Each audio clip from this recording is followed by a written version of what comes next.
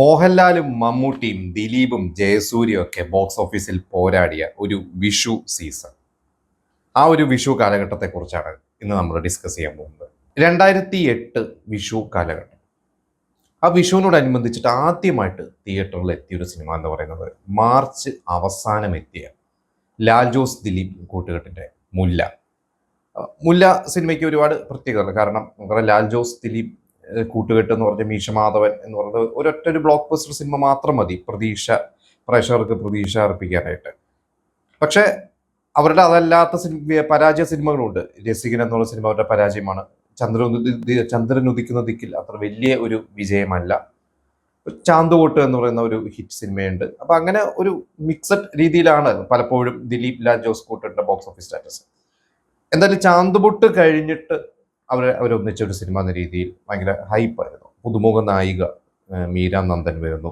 അന്ന് മീര ജാസ്മിനി ആയിരുന്നു അന്ന് ആദ്യം ഉദ്ദേശിച്ചിരുന്നത് ആ കഥാപാത്രമായിട്ട്, നായികയായിട്ട്. ലാൽ ജോസിന്റെ ഒരിക്കലും അഭിമുഖത്തിൽ പറഞ്ഞിട്ടുണ്ട്, അന്ന് കൽക്കട്ട ന്യൂസിന്റെ ലൊക്കേഷനിൽ പോയിട്ട് ദിലീപിനോടും മീര ജാസ്മിനോടും കഥ പറയുന്നു. പക്ഷെ മീര ജാസ്മിന് ആ കഥയൊന്നും മനസ്സിലായില്ല എന്നുള്ള രീതിയിൽ പറഞ്ഞു കഴിഞ്ഞപ്പോൾ എന്താ പിന്നെ സിനിമ ചെയ്യേണ്ട, കഥ മനസ്സിലാവാത്ത ഒരാൾ സിനിമ ചെയ്യണ്ടല്ലോ എന്ന രീതിയിൽ അന്ന് മാറ്റിയിട്ടാണ് പുതുമുഖ നായിക. അന്ന് മീര നന്ദൻ ഒരു ആങ്കറായിട്ട് ഒരു റിയാലിറ്റി ഷോയിൽ വന്നിരുന്നു. ആളുകളുടെ ഇടയിൽ ഒരു പരിചിതമായ മുഖമായിരുന്നു. അങ്ങനെയൊക്കെയാണ് കാസ്റ്റ് ചെയ്തത്. ഒരുപാട് പേരുണ്ട്. ബിജു മേനോൻ നല്ലൊരു റോൾ ചെയ്തിട്ടുണ്ട്. അതിൽ ഈക്വൽ ഇമ്പോർട്ടൻസ് എന്ന് വേണമെങ്കിൽ പറയാം. എനിക്ക് തോന്നുന്നു ബിജു മേനോനും ദിലീപും കുറച്ചൊരു ഗ്യാപ്പിന് ശേഷമാണ് അങ്ങനെ അവർ ഒരുമിച്ച് ത്രൂഔട്ട് വരുന്നത്. ജോജു അതിൽ ചെറിയൊരു വേഷം ചെയ്തിട്ടുണ്ട്. സുധീർ കരമനയുണ്ട് സിനിമയിൽ. അങ്ങനെ കുറെ നല്ല രസമായിട്ട് വിദ്യാസാഗറിന് നല്ല സോങ്സ് ആണ്. എന്തായാലും മുല്ല ഇറങ്ങുന്നതിന് മുമ്പ് തന്നെ അതിന്റെ സോങ്സ് ഹിറ്റായിരുന്നു എന്നൊരു എനിക്ക് ഓർമ്മയുണ്ട്. ടി വിയിലൊക്കെ അതിന്റെ സോങ്സ് ഒക്കെ കാണിച്ചിരുന്നു. ഇത് കഴിഞ്ഞ് പിന്നെ എനിക്കൊണ്ട് വിഷുവിന് ഒരാഴ്ച മുമ്പ് ഏപ്രിൽ ഫസ്റ്റ് വീക്ക് ആ ഒരു സമയത്താണ് ഇന്നത്തെ ചിന്താ വിഷയം. സത്യനന്ദിക്കാട് മോഹൻലാൽ കൂട്ടുകെട്ട്. അതിനു മുമ്പ് 2006 രസന്ത്രം എന്ന് പറയുന്ന ഒരു സിനിമ ഒരു ഗ്യാപ്പിന് ശേഷം അവർ ഒന്നിച്ചു. അത് സൂപ്പർ ഹിറ്റായി. ആ വർഷത്തെ തന്നെ ഏറ്റവും വലിയ ഹിറ്റുകളിൽ ഒന്നായി മാറി. എനിക്കൊണ്ട് 2006 ക്ലാസ്മേറ്റ്സ് കഴിഞ്ഞ് പിന്നെ രസന്ത്രമായിരുന്നു തുൽപ്പൂലാനായിരുന്നു എന്ന് എനിക്ക് എക്സാക്ട് ഓർമ്മയില്ലെങ്കിലും രസന്ത്രം വൻ വിജയം തന്നെയായിരുന്നു. അത് കഴിഞ്ഞ് പിന്നെ 2007 ദിലീപിന് വെച്ച് ഭാഗ്യദേവത ചെയ്തു. അത് കേട്ടാണ് വീണ്ടും ഇന്നത്തെ ചിന്താവിഷ്ടം ചെയ്യുന്നത്. ഇന്നത്തെ ചിന്താവിഷ്ടത്തിൽ ഒരുപാട് പേരുണ്ട്. ഇന്നസെന്റ് ഒരു ത്രൂ റോളുണ്ട്. മീര ജാസ്മിൻ സത്യനന്ദിക്കാടിന്റെ ഒരു ഭാഗ്യനായിക എന്നൊക്കെ പറയാം. മീര ജാസ്മിൻ അഭിനയിക്കുന്നു. പിന്നെ മുകേഷ്, മോഹിനി, സുകന്യ, അശോകൻ, വലിയൊരു സ്റ്റാർ കാസ്റ്റ് തന്നെയുണ്ട്. അത് കഴിഞ്ഞിട്ട് പിന്നെ അണ്ണൻ തമ്പി. അന്ന് അൻവർ റഷീദ് എന്ന് പറഞ്ഞാൽ എനിക്ക് തോന്നുന്നു അന്ന് മലയാളത്തിൽ ഒരു ഇന്നിപ്പോ ഒരു തരുൺമൂർത്തി എന്നൊക്കെ പറയുന്ന പോലെയാണ്. ഞാൻ പറഞ്ഞ ഒരു സിനിമകളുടെ സ്റ്റൈലല്ല പറഞ്ഞ ഒരു ബോക്സ് ഓഫീസിൽ. ഇപ്പൊ തരുൺമൂർത്തി തുടരും കഴിഞ്ഞ് തരുൺമൂർത്തിക്ക് കിട്ടിയ ഒരു മൈലേജ് അതുപോലെയായിരുന്നു അന്ന്. രാജമാണിക്യവും അതുപോലെ തന്നെ ചോട്ട മുംബൈയൊക്കെ കഴിഞ്ഞ് അൻവർ റഷീദ് എന്ന് പറഞ്ഞ അണ്ണൻ തമ്പിക്ക് അന്ന് എനിക്ക് തോന്നുന്നു അന്ന് ഒരു മലയാള സിനിമയ്ക്ക് കിട്ടുന്ന ഏറ്റവും വലിയൊരു വൈഡ് റിലീസുകളിൽ ഒന്നായിരുന്നു അണ്ണൻ തമ്പിക്ക്. പ്രത്യേകിച്ച് അൻവർ റഷീദിന്റെ ഒരു സിനിമയ്ക്കും എനിക്ക് ചോട്ട മുംബൈക്കാട്ടും കൂടുതൽ ഒരു വൈഡ് റിലീസൊക്കെ അണ്ണൻ തമ്പിക്ക് അന്ന് കിട്ടിയിട്ടുണ്ട്. മമ്മൂട്ടി ഡബിൾ റോൾ ചെയ്യുന്നു. നമുക്കറിയാം അണ്ണൻ തമ്പി ഒരു പക്ക ഒരു മസാല ഒരു സിനിമ തന്നെയായിരുന്നു. പിന്നെ ഇങ്ങോട്ട് നോക്കി ഒരു ഗ്യാപ്പിന് ശേഷം ബാലചന്ദ്രമേനോൻ സംവിധാനം ചെയ്യുന്നു. അന്ന് ജയസൂര്യ നായകനായിട്ട് അഭിനയിക്കുന്നു. അന്നൊക്കെ ഒരു ജയസൂര്യ എനിക്ക് ആ ഒരു വർഷമൊക്കെ കുറേ സിനിമകൾ അഭിനയിക്കുന്ന ഒരു സമയമാണ്. 2006 ക്ലാസ്മേറ്റ്സിന് ശേഷമാണ് ജയസൂര്യ പിന്നെ നായകനായിട്ടൊക്കെ കുറച്ച് സിനിമകളൊക്കെ ചെയ്തു തുടങ്ങിയത്. ചങ്ങാതി പൂച്ച, അത് കഴിഞ്ഞ് പിന്നെ നായകനായിട്ടും വില്ലനായിട്ടും സിനിമകളൊക്കെ ചെയ്യുന്നുണ്ടായിരുന്നു. ചോക്ലേറ്റ്സിൽ സഹനടന്റെ റോള് ചെയ്തു. സഹനടൻ എന്ന് പറയാൻ പറ്റില്ല എങ്കിലും നമുക്ക് അങ്ങനെ പറയാം. പിന്നെ കങ്കാരൂല് വില്ലൻ വേഷം ചെയ്യുന്നു. അത് കഴിഞ്ഞ് 2008 ഇപ്പൊ കുറേ സിനിമകൾ 2008-2009 ജയസൂര്യ ചെയ്യുന്നു. പിന്നെ 2009 ഇവർ വിവാഹിതരായാലും സിനിമയാണ് ജയസൂര്യയുടെ ആദ്യത്തെ ഒരു നായകനായിട്ടുള്ള ഒരു സോളോ ഹിറ്റ് കിട്ടുന്നതും ഒരു സ്റ്റാർ വാല്യൂ കൂടുന്നതൊക്കെ ഇവർ വിവാഹിതരായാലാണ്.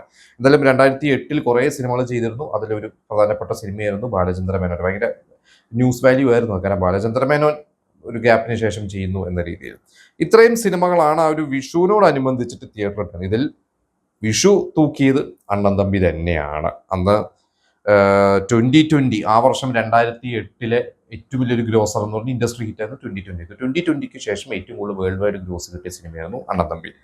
പിന്നെ ഇന്നത്തെ ചിന്താവിഷയം ആക്ച്വലി എക്സാക്ട്ലി അതിൻ്റെ ഒരു കണക്ക് എനിക്ക് അറിയില്ല. ഞാനിങ്ങനെ ഒന്ന് സെർച്ച് ചെയ്ത് നോക്കി കഴിഞ്ഞപ്പോൾ ഏകദേശം അത്യാവശ്യം കളക്ഷൻ ആ ഒരു സിനിമയ്ക്ക് കിട്ടിയിട്ടുണ്ടെന്ന്. അതായത് ആ സിനിമ നഷ്ടമല്ല എന്ന രീതിയിലാണ്. പിന്നെ ഞാൻ അതിന് 2010 ഏതോ ഒരു ആർട്ടിക്കിളൊക്കെ അന്ന് വായിച്ച ഓർമ്മയുണ്ട്. അന്ന് കുറച്ച് മോഹൻലാലിന്റെ കുറച്ച് പരാജയപ്പെട്ട സിനിമകളിൽ അതായത് വിജയിച്ച സിനിമകൾ വളരെ കുറച്ചേ മോഹൻലാലിന് ആ ഒരു കഴിഞ്ഞ കുറച്ച് വർഷങ്ങൾ എടുത്താലുള്ളൂ. അതിലൊന്ന് മാടമ്പിയാണ്. അങ്ങനെ കുറച്ച് സിനിമകൾ ഉണ്ടായിരുന്നു. പക്ഷെ അതിൽ പരാജയപ്പെട്ട സിനിമകളുടെ ലിസ്റ്റിലാണ് ഇന്നത്തെ ചിന്താവിഷയം എഴുതുന്നത്. പക്ഷെ ആ സിനിമ നഷ്ടമല്ല. അതിന്റെ നിർമ്മാതാവ് ആന്റണി പെരുമ്പാവൂരാണ് നിർമ്മാതാവ്. അദ്ദേഹത്തിന്റെ ലാഭമായിരുന്നു ഒരു രീതിയിലൊക്കെ പിന്നെയും ഞാൻ വായിച്ചിട്ടുണ്ട്. അപ്പൊ എക്സാക്ട്ലി കണക്ക് എനിക്കറിയില്ല. എങ്കിൽ പോലും അണ്ണൻ തമ്പി ആയിരുന്നു അന്നത്തെ വിഷു വിന്നർ. പിന്നെ മുല്ല. മുല്ല അന്ന് തിയേറ്ററിൽ നല്ല ഇനീഷ്യലും കാര്യങ്ങളൊക്കെ കിട്ടി. പക്ഷെ അന്ന് അതൊരു ചെറിയൊരു നിരാശയായിരുന്നു. വിചാരിച്ച പോലെ ഒരു മീശ മാധവൻ അല്ലെങ്കിൽ ഒരു ചാന്തുപൊട്ടോ ഒന്നും പോലെ സാറ്റിസ്ഫൈഡ് അല്ലായിരുന്നു അന്ന് ആളുകൾ. പ്രത്യേകിച്ച് അതിന്റെ ഒരു ക്ലൈമാക്സും സെക്കൻഡ് ഹാഫും ഒക്കെ കുറച്ച് പ്രശ്നങ്ങളൊക്കെ ഉണ്ട്. കണ്ടവർക്ക് പിന്നെ ദിലീപ് ഭയങ്കര ഒരു സീരിയസ് റോളാണ്, ഒരു ഹ്യൂമർ റോളല്ല ദിലീപ് ചെയ്തത്. എങ്കിലും എനിക്കോട് മുല്ലയും അന്ന് നഷ്ടം വന്നു എന്ന് ചോദിച്ചാൽ എനിക്ക് എക്സാക്ട്ലി കണക്ക് അറിയില്ല. എങ്കിലും അങ്ങനെ വലിയൊരു നഷ്ടമല്ല, ഒരു രസികനൊന്നും പോലെ അങ്ങനെ ഒരു നഷ്ടത്തിലേക്കൊന്നും എന്തായാലും മുല്ല പോയിട്ടില്ല എന്നുള്ളതാണ് എൻ്റെ ഒരു അറിവ്. ദേ ഇങ്ങോട്ട് നോക്കി നല്ല ഫ്ലോപ്പ് ആയിരുന്നു ആ സിനിമയെ കുറിച്ച്. പിന്നെ കുറേ വിവാദങ്ങളൊക്കെ പല രീതിയിൽ വിവാദങ്ങൾ ഉണ്ടായിട്ടുണ്ട്. നമ്മൾ അതിലേക്കൊന്നും കിടക്കുന്നില്ല. എന്തായാലും അണ്ണൻ തമ്പി അന്ന് വീണ്ടും മമ്മൂട്ടിയുടെ ഒരു പ്രതാപകാലം 2007 മായാവി ഒക്കെ പോലത്തെ ഒരു ഹിറ്റ് ഒക്കെ പോലെ 2008 മമ്മൂട്ടിക്ക് അങ്ങനെ വലിയൊരു ഹിറ്റ് കിട്ടിയതായിരുന്നു അണ്ണൻ തമ്പി. ഇത് കഴിഞ്ഞ് മെയ് മാസമായി കഴിഞ്ഞപ്പോൾ വീണ്ടും കുറച്ച് സിനിമകൾ ഉണ്ടായിരുന്നു. അതിലൊന്ന് പച്ചമരത്തണലിൽ സുരേഷ് കുമാർ പ്രൊഡ്യൂസ് ചെയ്ത സിനിമ, ലിയോ തദേവൂസ് എന്ന് പറയുന്ന അന്ന് ഭദ്രന്റെയും ജോഷിയുടെയൊക്കെ അസോസിയേറ്റ് ആയിട്ട് വർക്ക് ചെയ്തിരുന്ന അദ്ദേഹം ശ്രീനിവാസിനെ, എനിക്ക് അന്ന് ജയറാമിനെ വെച്ചാണ് സിനിമ അന്ന് ആലോചിച്ചിരുന്നത്. ജയറാമിൻ്റെ ഒരു ഡേറ്റ് ഇഷ്യൂ ഒക്കെ വന്നിട്ടാണ് ശ്രീനിവാസിലേക്ക് പോയത്. നല്ലൊരു സിനിമയായിരുന്നു, ഭയങ്കര ഒരു സീരിയസ് സിനിമയായിരുന്നു പച്ചമരത്തണല്. ആ ഒരു സിനിമയിൽ സുരാജ് എനിക്ക് പെട്ടെന്ന് ഓർമ്മ പറഞ്ഞാൽ അതിൽ പത്മപ്രിയൊക്കെ ഉണ്ട് നായികയായിട്ട്, നാസറുണ്ട്, ലാലുണ്ട്. സുരാജ് അതിലൊരു നല്ലൊരു ഹ്യൂമർ ക്യാരക്ടറാണ്. ഇങ്ങനെ ഒരു പ്രൊഡക്ഷൻ കൺട്രോളറായിട്ട് എന്താണ് അഭിനയിച്ചിട്ടുള്ളത്. എനിക്ക് അന്ന് സുരാജിന്റെ ഒരു പ്രതാപകരമാണ്. സുരാജിനെ സ്ക്രീനിൽ കണ്ടു കഴിഞ്ഞാൽ കൈയടിക്കുന്നത്. അതായത് അതിന് തൊട്ട് മുമ്പ് സലീംകുമാറിനായിരുന്നു അങ്ങനെ ഒരു പൊസിഷൻ കിട്ടിയത്. സലീംകുമാർ കഴിഞ്ഞ് സുരാജിനാണ് ആ ഒരു 2007 എനിക്കൊണ്ട് മായാവിക്ക് ശേഷം തന്നെയാണ് ശരിക്ക് സുരാജിന് അങ്ങനെ ഒരു എല്ലാ സിനിമയിലും സുരാജ് വരുന്നു. അന്ന് ഓടി നടന്ന് അഭിനയിക്കുന്ന ഒരു കാലം 2010, 12, 13 വരെ ഏകദേശം സുരാജ് തന്നെയായിരുന്നു. പിന്നീട് അജു വർഗീസ് വന്നു കഴിഞ്ഞപ്പോൾ അജു വർഗീസ് ഒക്കെ ആയിരുന്നു ആ ഒരു അങ്ങനത്തെ അത്തരം വേഷങ്ങളൊക്കെ ചെയ്തത്. എന്തായാലും സുരാജ് അന്ന് സ്ക്രീനിൽ വരുമ്പോൾ വലിയൊരു കയ്യടി എനിക്ക് നല്ലപോലെ. അതിലെ ക്യാരക്ടറുടെ പേര് എനിക്ക് തോന്നുന്നു ജോസ് എന്തോ ആയിരുന്നു. കാരണം അതിൽ ജോസ് സാർ എന്ന് സ്വയം അദ്ദേഹത്തെ സാർ എന്നാണ് വിളിക്കുന്നത്. അങ്ങനെ ഒരു സീനൊക്കെ എനിക്ക് ഓർമ്മയുണ്ട്. അന്ന് തിയേറ്ററിൽ കണ്ടതാണ്. പിന്നീട് ഒരു തവണ എന്തോ ടി വിയിൽ വന്നപ്പോൾ കണ്ടതേ ഉള്ളൂ. എനിക്ക് എക്സാക്ട്ലി എൻ്റെ കഥയും മറ്റു കാര്യങ്ങളൊന്നും ഓർമ്മയില്ല. പിന്നെ ജയസൂര്യയുടെ 2 സിനിമകൾ. അതിലൊന്ന് ജയസൂര്യ ആദ്യമായിട്ടൊരു പോലീസ് വേഷം ചെയ്യുന്ന VKPയുടെ പോസിറ്റീവ്. പിന്നെ Shakespeare M A Malayalam. Shakespeare M A Malayalam 2 ഡയറക്ടേഴ്സാണ്, ഷൈജു ഷാജി. അതിൽ റോമയുടെ നായകൻ കലാഭവൻമണി ഒരു ഈക്വൽ ഇമ്പോർട്ടൻസ് ചെയ്തിട്ടുണ്ട് ഷേക്സ്പിയർ ആ ഒരു സിനിമയിൽ. ഇതിൽ പോസിറ്റീവും ഷേക്സ്പിയർ എം എ മലയാളം അന്ന് പോസിറ്റീവിൽ ജയസൂര്യ പക്ഷെ നന്നായി ചെയ്തു എന്നൊരു ഒപ്പീനിയൻ നിൽക്കുന്നത്. പക്ഷെ 2 സിനിമയും വന്ന് വലുതായിട്ടൊന്നും വിജയിച്ചില്ല തിയേറ്ററിൽ. ഷേക്സ്പിയർ എം എ മലയാളമാണെന്ന് തോന്നുന്നു കമ്പാരിറ്റീവ്ലി കുറച്ചും കൂടിയും ഓടിയത്. ഇതേ ടീമിന്റെ തന്നെ ഷേക്സ്പിയർ എം എ മലയാളത്തിന്റെ ഡയറക്ടേഴ്സിൽ ഒരു ഡയറക്ടറായ ഷൈജു അന്തിക്കണ്ണുപിള്ള. അദ്ദേഹം പിന്നീട് 2009 ഒരു ബ്ലാക്ക് ആൻഡ് വൈറ്റ് കുടുംബം ചെയ്തിട്ടുണ്ട്. എനിക്കൊണ്ട് ബ്ലാക്ക് ആൻഡ് വൈറ്റ് കുടുംബം അന്ന് നിർമ്മാതാവിന് ലാഭമായിരുന്നു. തിയേറ്ററിൽ അങ്ങനെ ഭയങ്കര വിജയമല്ല, പക്ഷെ അന്ന് ഈ സാറ്റലൈറ്റിന്റെ ഒക്കെ ഭൂമുള്ളതുകൊണ്ട് ആ സിനിമയ്ക്കൊക്കെ ഒരു കച്ചവടം ഒക്കെ നടന്നിട്ടുണ്ട്.